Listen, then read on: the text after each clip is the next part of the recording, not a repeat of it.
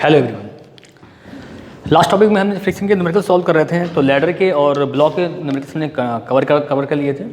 आज जो हम न्यूमेरिकल सॉल्व करेंगे वो वेज पे करेंगे। वेज क्या होता है समझते हैं उसको, वेज को कैसे डिफाइन किया गया, वेज होता क्या है। वेज एक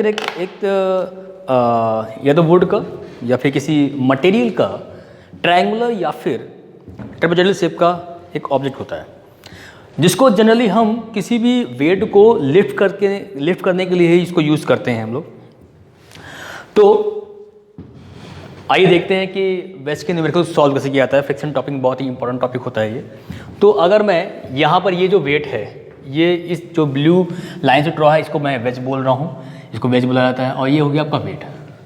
अगर हमें इस न्यूमेरिकल को सॉल्व करना है, आपको इस न्यूमेरिकल में क्या क्या गिवन है, determine the force capital P find out करना है।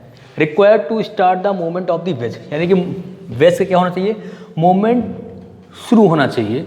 या वेज जब वेज मूव करेगा तो ये जो वेट है आपको क्या करेगा, ये अपवर्ड पोर्शन में जाएगा। As shown in figure the angle of friction for all surface of contact is 15 degree.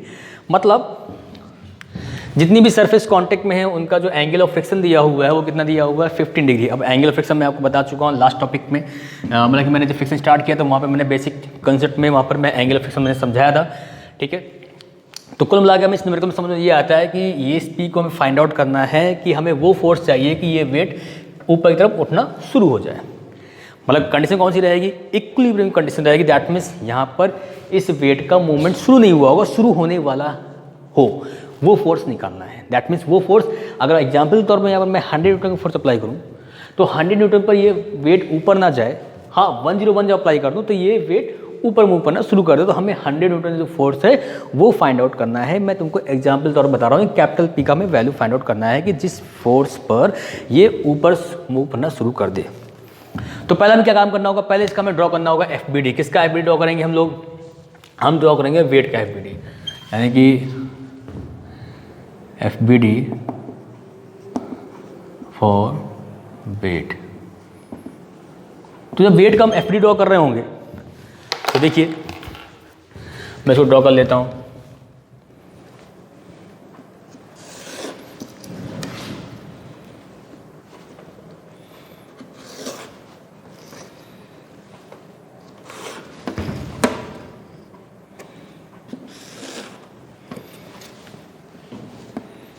अब देखिए इस पर जो फोर्स काम कर रहे होंगे वो हमें इसको यहाँ पर ड्रॉ करना होगा।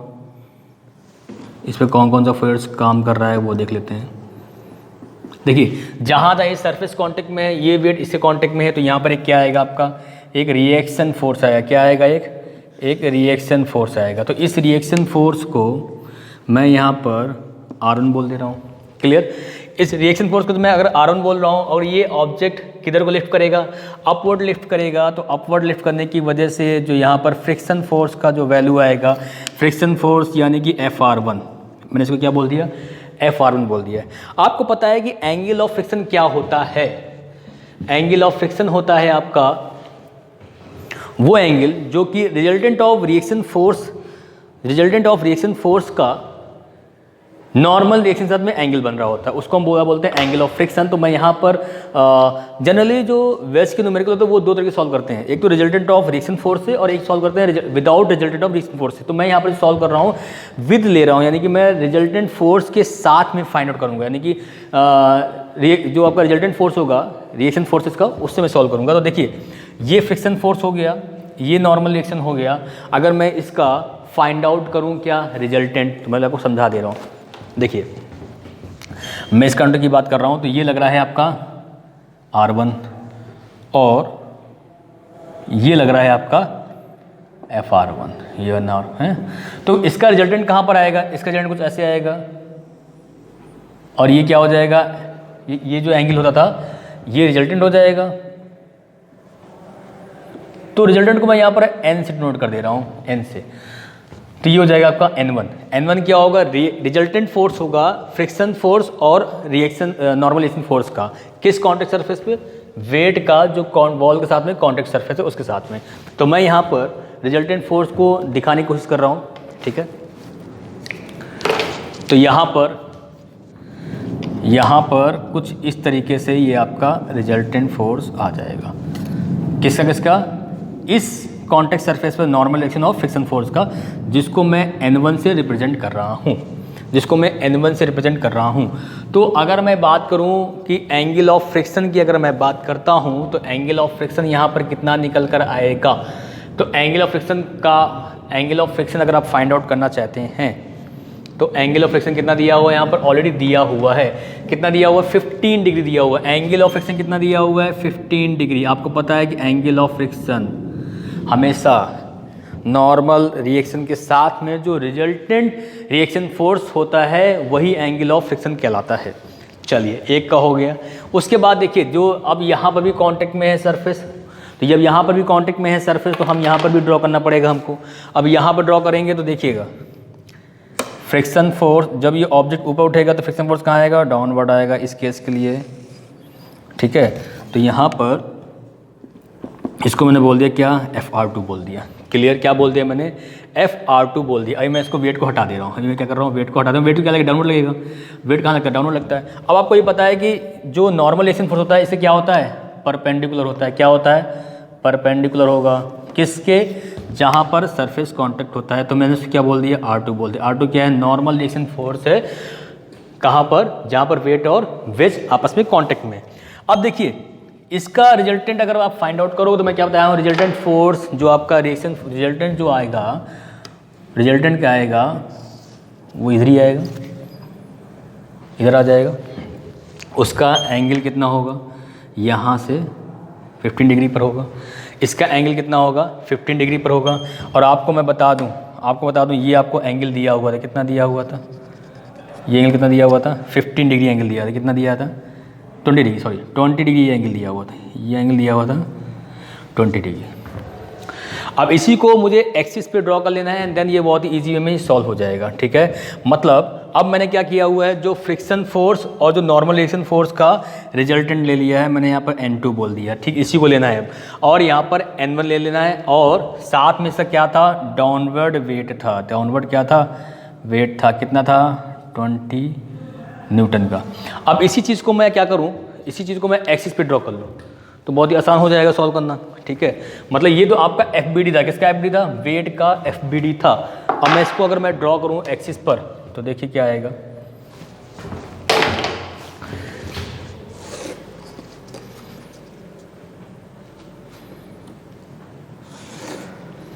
अब देखिए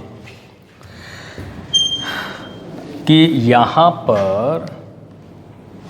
पर कितना एंगल है इसका, बनाओ ठीक से बनाओ। देखिए, जब आप रिजल्टेंट ले रहे हो तो फिर ना ही फ्रिक्शन फोर्स की ज़रूरत है, क्योंकि फ्रिक्शन फोर्स और नॉर्मल रिएक्शन का ही तो रिजल्टेंट है ये जो आपका N1 है रिजल्टेंट है किसका, R1 और FR1 का। ये जो आपका N2 है ये आपका जो रिजल्टेंट है किसका, FR2 और R2। तो अब FR2 और R2 की लेने की जरूरत नहीं है, R1 FR1 की लेने की जरूरत नहीं, क्या लेंगे, सिर्फ यही लेंगे आप। यहाँ से कितना हो जाएगा, 15 डिग्री, ठीक है। अब हमें बात करते हैं N2 की।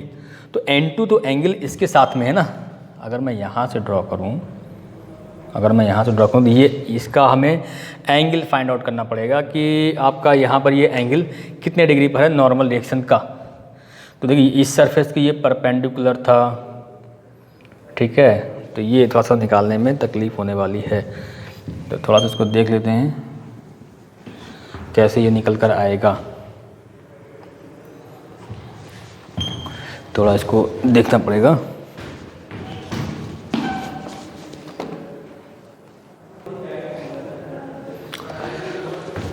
थोड़ा सा यहाँ मैंने FBD थोड़ा सा गड़बड़ कर दिया, इसको सही कर लेते हैं हम लोग, ठीक है। ये एक्चुअली क्या था, मैंने जो इसका ये जो ड्रॉ किया ना, ये गड़बड़ ड्रॉ कर दिया, तभी नहीं आ रहा है। देखिए, ये यहाँ पर जाएगा डाउनवर्ड, ये डाउनवर्ड क्या हो गया, इसका वेट हो गया, कितना हो गया, 20 न्यूटन का वेट हो गया। ये क्या है आपका नॉर्मल रिएक्शन है, ये क्या है R2 क्या है आपका नॉर्मल रिएक्शन है, ये FR2 हो गया। तो देखिएगा, ये आपका FR2 और ये इसके क्या है परपेंडिकुलर R2। तो नॉर्मल रिएक्शन किधर आएगा, इधर कहीं आने वाला है, ठीक है। तो ये नॉर्मल रिएक्शन क्या, मैं इसको N2 बोला हुआ था। अब देखिएगा, ये मैं डाल दिया इसकी वर्टिकल लाइन। तो नॉर्मल रिएक्शन देखिएगा, ये जो एंगल है वो कितना एंगल था, 20 डिग्री। कितना एंगल था, 20 डिग्री एंगल था। तो जब ये 20 डिग्री है, लेकिन अगर यहाँ पर देखिएगा ये क्या होगा, 90 डिग्री होगा। और अगर 90 डिग्री है तो इसको यहाँ बढ़ा दिया मैंने, इसको जब बढ़ा देंगे हम यहाँ पर, थोड़ा इसको बड़ा बनाना पड़ेगा तभी बन पाएगा, साफ आ नहीं रहा है। देखिए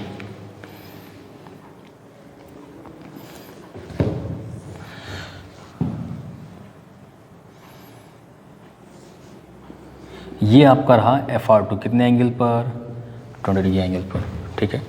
इसी को मैं आगे यहाँ पर बढ़ा दे रहा हूँ, तो ये कितना आ जाएगा 20 डिग्री, ये क्या हो गया FR2 हो गया, ठीक है। ये क्या रहेगा, ये हो गया आपका R2, ये से क्या होगा, परपेंडिकुलर होगा, ठीक है। ये 20 डिग्री अगर है तो ये 90, तो ये कितना हो जाएगा 70 डिग्री। और अगर आप देखिए ये FR2 और R2 के बीच में एंगल कितना होगा 90 डिग्री, तो ये कितना आ जाएगा एंगल 20 डिग्री, ठीक है। ये कितना आ गया एंगल 20 डिग्री। अब देखिएगा जब ये 20 डिग्री आ गया, ठीक है, ये तुम्हारा आपस में परपेंडिकुलर, तो इन दोनों का जो रिजल्टेंट आएगा यानी कि ये और ये इन दोनों के बीच में आने वाला है, इन दोनों के बीच में आएगा। ये एंगल कितना दिया हुआ है, 15 डिग्री दिया हुआ है। ये कितना एंगल दिया हुआ है, 15 डिग्री, बस बन गया।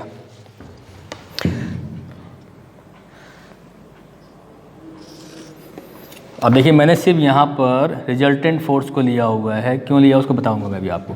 अब ये देखिए ये वर्टिकल का तो कितना एंगल हो जाएगा, यहाँ से लेकर यहाँ तक कितना एंगल हो जाएगा, ये वर्टिकल लाइन जा रही थी, तो रिजल्टेंट फोर्स का ये जो आपका N2 है, इसका यहाँ वर्टिकल कितना एंगल हो जाएगा 35 डिग्री, क्लियर, ओके। और डाउनवर्ड वेट जो था, जो यहाँ पर डाउनवर्ड वेट था वो कितना था 20 था, तो ये हो जाएगा 20 डिग्री 20 सॉरी, तो ये हो जाएगा 20 न्यूटन का।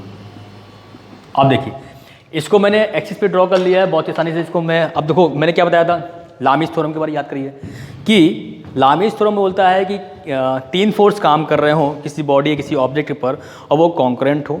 तो यहाँ पर मैंने ये देख लिया कि इस बॉडी पर कितने सारे फोर्स काम कर रहे हैं।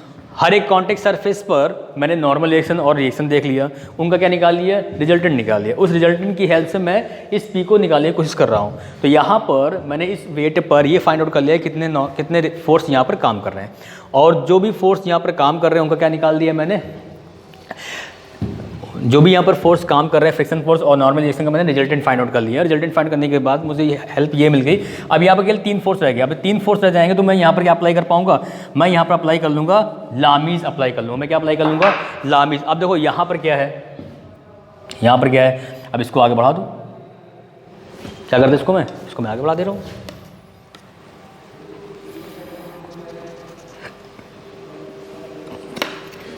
ये क्या है N2, और इसको इधर आगे बढ़ा दो।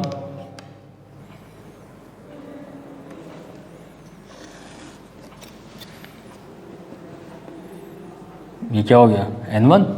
अब ये एंगल कितना हो जाएगा 15 डिग्री, और ये अगर 35 है तो ये एंगल कितना हो जाएगा 35 डिग्री। इसको हटा दे, उससे कोई फ़र्क नहीं पड़ने वाला है, बस ये है कि सीधा। अब देखो ये इधर जा रहा है, इधर जा रहा है।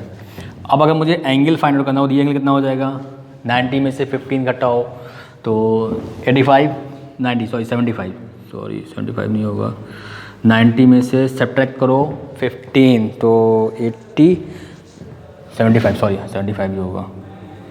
उसके बाद अगर ये एंगल निकालना है तो 90 में से आपको घटाना कितना है, 35 सब्ट्रैक्ट कर दीजिए, तो 35 घटाएंगे तो कितना है 5 और 8 में दिया 55 डिग्री। तो हमको अब सारे एंगल हमको मालूम चल गए हैं। जब अप्लाई करेंगे आप लामीज, ठीक है, जब अप्लाई करेंगे आप लामीज अप्लाई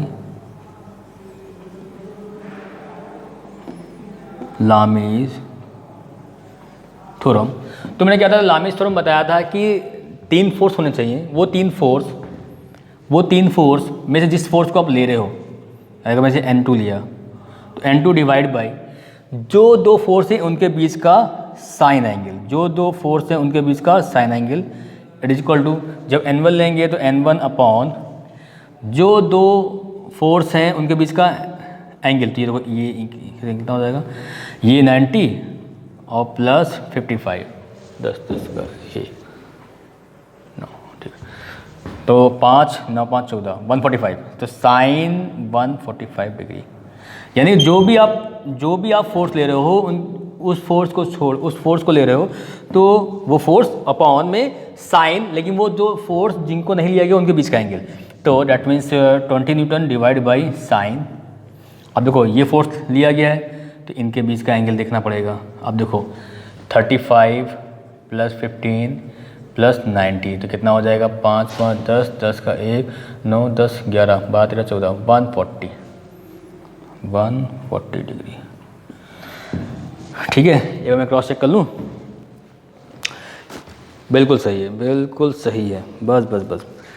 अब यहाँ पर अगर मुझे N1 निकालना है तो N1 इक्वल टू क्या लिखेंगे हम, 20 डिवाइड बाई साइन 140 डिग्री। अब इसको जब ले लेंगे हम डिवाइड बाई साइन 145, तो यहाँ से जब आप N1 फाइंड आउट कर रहे होंगे तो 20 divide by sine 140 degree multiply by sign 145। Calcium solve कर लेंगे, आपको वैल्यू मिल जाएगी। किसकी वैल्यू मिलेगी, ध्यान रखिएगा, ये आपके रिजल्टेंट फोर्स हैं, रिजल्टेंट रिएक्शन फोर्स हैं फ्रिक्शन और नॉर्मल रिएक्शन के। तो 20 divide by sine 140 degree multiply by sign 145 degree. तो यहाँ से जब आपने N1 फाइंड आउट किया तो N1 की जो वैल्यू मिली वो मिली 17.8465। ठीक है, सही आ रहा है आंसर, मैच कर रहा है, बिल्कुल मैच कर रहा है। जब आप N2 की वैल्यू को फाइंड आउट कर रहे होगे तो N2 इक्वल टू लिखोगे आप 20 divide by sine 140 degree N2 divide by sine 75 degree. ठीक है, तो N2 जब आप फाइंड आउट करोगे तो 20 divide by sine 140 degree multiply by 75, N2 equal to 20 multiply by sine 75 divide by sine 140, तो N2 इक्वल टू कितना मिल जाएगा आपका 30.0542 किलो न्यूटन। अब देखिए, जब आपने रिजल्टेंट फाइंड आउट कर लिया है नॉर्मल रिएक्शन फोर्स का, तो यानी कि आप क्या निकाल सकते हो, जैसे यहाँ पर ये फ्रिक्शन फोर्स और इस नॉर्मल रिएक्शन फोर्स का यहाँ पर क्या आ रहा था, आपका रिजल्टेंट आ रहा था, रिजल्टेंट मैंने हटा दिया।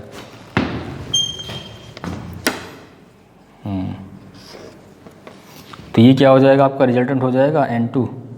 तो अब आप जब N2 मालूम चल गया तो आप बड़े आराम से R2 भी निकाल सकते हो और FR2 भी निकाल सकते हो। तो भाई देखिए, N2 जब आप N2 निकाल रहे होगे तो स्क्वायर रूट के अंदर क्या लिखोगे, FR2 का स्क्वायर प्लस क्या लिखोगे और R2 का स्क्वायर, बस।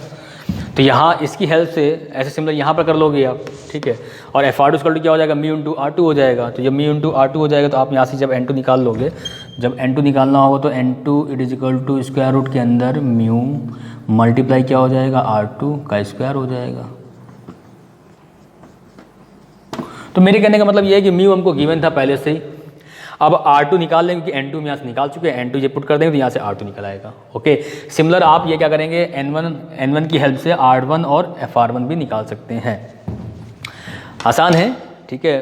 देखिए, निकल तो वैसे ही सकता है, आप चाहो तो इक्विलिब्रियम कंडीशंस का यूज़ कर सकते अभी फाइंड कर सकते हो। मैंने ये तरीका अप्लाई कर लिया, उससे भी मैं निकाल दूंगा, उससे कोई दिक्कत वाली बात नहीं, मैं उसको भी बता दूंगा कैसे निकालते हैं। पहले इस मेथड को समझ लेते हैं कि रिजल्टेंट रिएक्शन फोर्स की हेल्प से कैसे निकालते हैं हम लोग।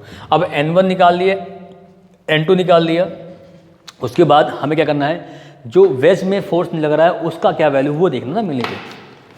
तो हम क्या करेंगे, हमें FBD ड्रॉ करना होगा, FBD फॉर वेज। तो वेज का बनाते हैं FBD, ठीक है।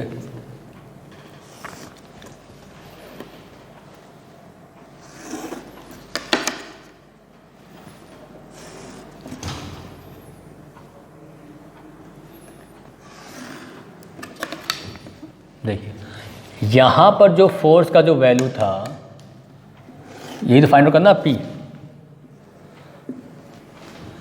अब ये कॉन्टेक्ट सरफेस यहाँ पर भी आ रहा है, नीचे कॉन्टेक्ट सरफेस था, ठीक है। तो उसकी वैल्यू क्या है, उसकी वैल्यू थी, चलो R3 मान ले रहा हूँ। और जो फ्रिक्शन फोर्स की जो डायरेक्शन आएगी वो राइटवर्ड आएगी, इसको मैं बोल दे रहा हूँ FR3। अब देखो जब भाई ये जो वेज है ये जब लेफ्ट साइड डायरेक्शन में मूव करेगा तो फ्रिक्शन फोर्स काम कर रहा होगा, जिस डायरेक्शन फोर्स अप्लाई करोगे उसके अपोजिट डायरेक्शन में काम करेगा, तो फ्रिक्शन फोर्स यहाँ किधर आएगा, राइटवर्ड आ जाएगा। और सिमिलर यहाँ पर भी क्या आएगा, इस डायरेक्शन में आ जाएगा।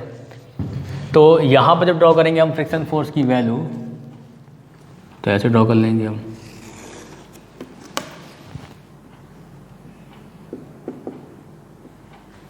FR2। और जो रिएक्शन फोर्स की हम बात करेंगे वो देखिए ये आएगा रिएक्शन फोर्स, तो ये हो गया इसके परपेंडिकुलर, इसको मैं हटा दे रहा हूँ।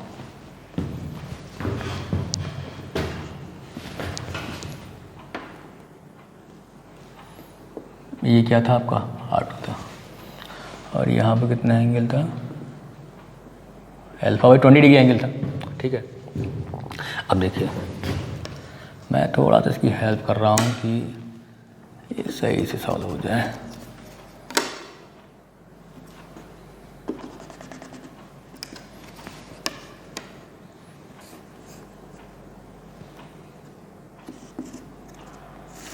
सही वही था R3। अब देखिए इसका मैंने FBD ड्रॉ कर लिया है। मैंने क्या किया है, इसका मैंने FBD ड्रॉ कर लिया है। अब मुझे सिर्फ इसका रिजल्टेंट फाइंड आउट करना है। देखिए उससे आसानी से निकल आता ना, देखिए इसका रिजल्टेंट किधर को आएगा, इधर आने वाला है।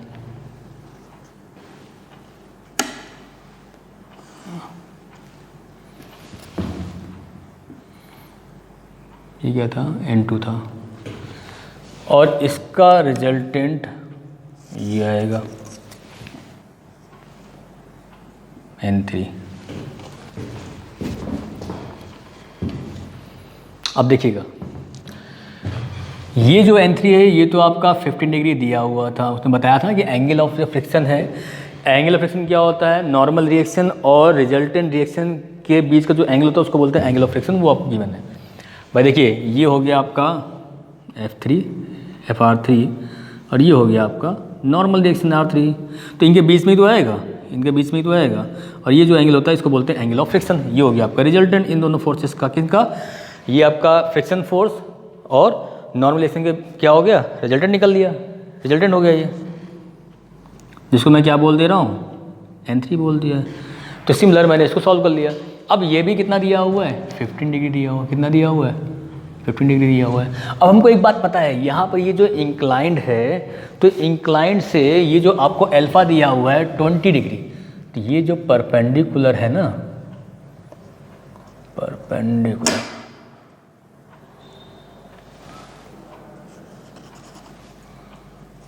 ये जो एंगल है, ये एंगल कितना होगा, 20 डिग्री। कैसे होगा ये मैं पहले बता चुका हूँ, वहाँ पे बता चुका हूँ, फिर देख लो एक बार।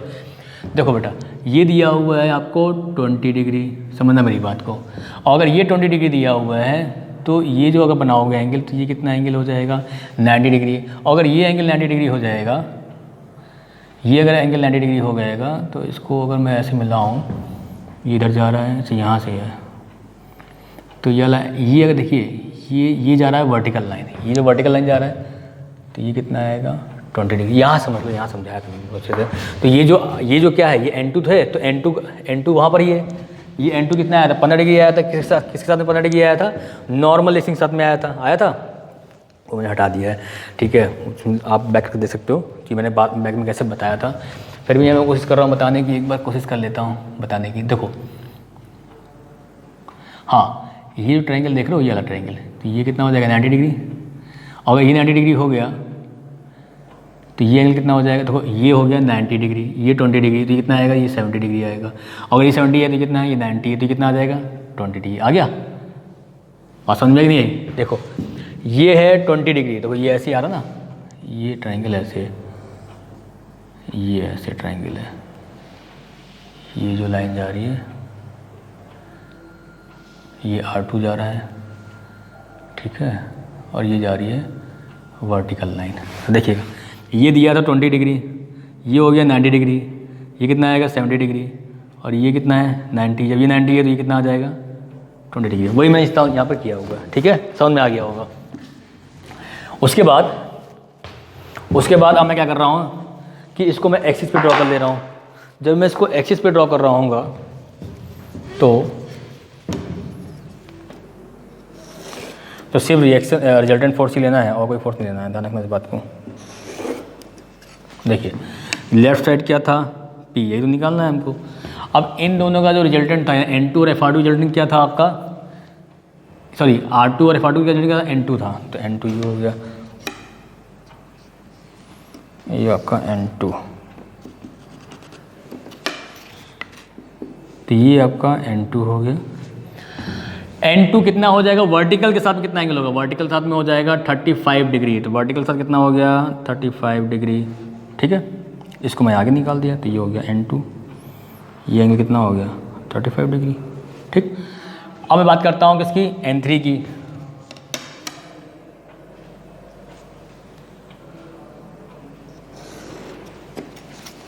ये हो गया आपका N3, ठीक, ये सही है, इसे कोई दिक्कत नहीं।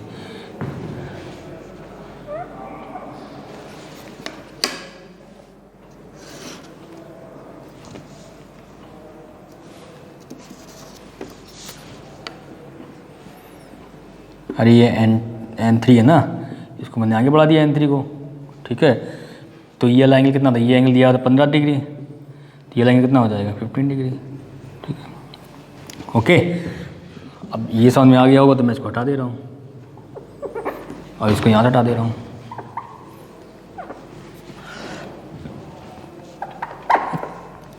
अब तुमको क्या हो गया, ये तुम्हारा y एक्सिस और ये है आपका x एक्सिस।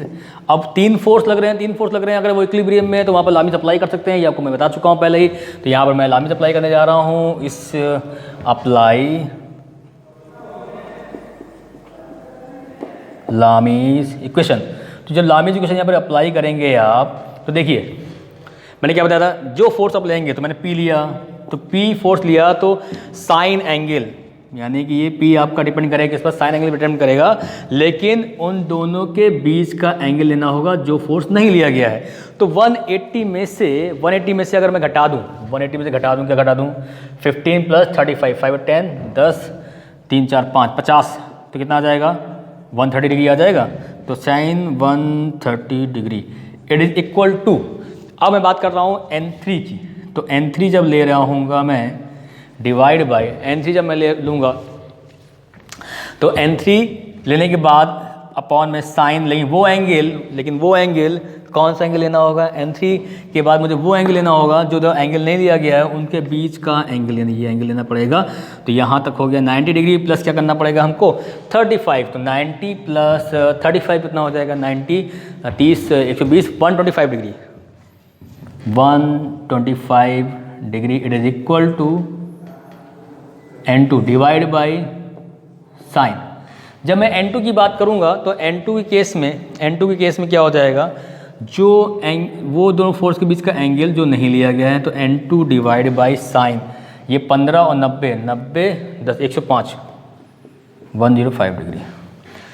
अब मैं काम कर लेता हूँ, देखिए इसको मैं इसको इक्वल कर ले रहा हूँ, तो मुझे P मिल जाएगा, P upon sine 130 degree it is equal to N2 divide by sine 105 degree. तो P it is equal to solve करेंगे तो N2 की वैल्यू कितनी थी, N2 की निकाल चुका था मैं यहाँ से, तो यहाँ पुट कर दे रहा हूँ 30.054 multiply by sign 130 degree divide by sine 105 degree.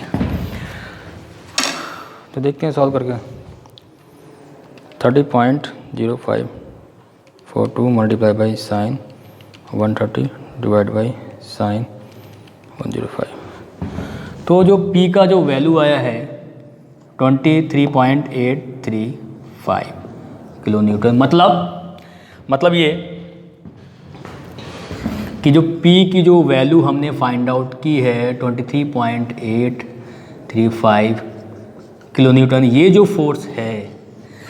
Force है यानी इस फोर्स के बाद जैसे ही इस फोर्स थोड़ा सा वैल्यू बढ़ाओगे आप, तो आपका ये वेज मूव करेगा लेफ्टवर्ड। जब वेज मूव करेगा लेफ्टवर्ड तो ये वेट मूव करेगा अपवर्ड। क्लियर?